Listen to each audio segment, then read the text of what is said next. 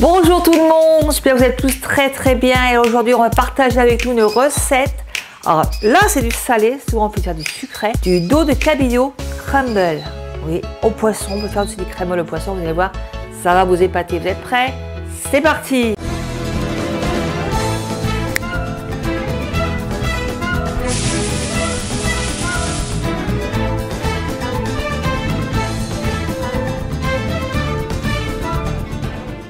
Bien sûr, je vous présente tous les ingrédients avant.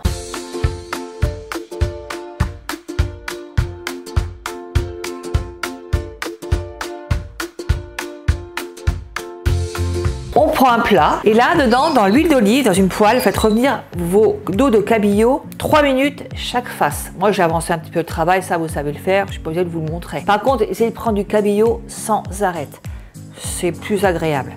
Donc une fois que c'est fait, vous prenez vos cabillauds, on les dispose dans un plat. Bon, on peut mettre un petit peu au fond si vous voulez un peu d'huile d'olive quand même pour éviter que ça colle. Hein. Et comme dedans j'ai fait cuire le poisson, moi je vais récupérer le jus dedans et je vais le mettre au fond du plat. Et là on dispose nos petits dos de cabillaud. Voilà, donc les 4 dos de cabillaud, je récupère quand même le jus de poisson. Alors tous les produits que je vous présente, bien sûr, sont chez Leclerc. Je suis en partenariat avec eux. Le poisson, je l'ai eu là-bas, poisson sans arrêt. Donc on met ça de côté. Pour notre crumble, il faudra 80 g de beurre. Sortez-le un petit peu à l'avance parce qu'il ne faut pas que ce soit trop dur. Donc on le met dedans. Il nous faudra 100 g de farine que l'on met dedans aussi. On va rajouter, alors 100 g de parmesan, je l'ai pris bio. Donc dedans, ça fait 2 sachets. On rajoute un petit peu de sel. Un petit peu de poivre et puis de la ciboulette. Alors si vous avez de la fraîche, en ce moment dans le jardin on n'en a pas trop, donc je l'ai pris comme ça, desséché, on en met dedans. Une fois les mains lavées, on malaxe tout ça avec toutes petites mains et après on revient. Ça c'est pour faire le crumble.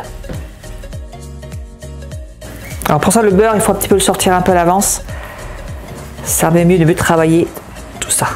Alors moi je prends un plat plus grand parce que j'ai l'impression que c'est un peu petit. Voilà, j'ai pris un plat plus grand pour bien travailler mon crumble qu'il y a dedans. Et avec le beurre, on va bien écraser tout ça dans le parmesan et la farine. Alors il faut que le mélange soit sableux. Hein. Alors regardez, le crumble est bien sableux. Alors une fois que c'est fait, on prend notre poisson et on dispose tout ça dessus.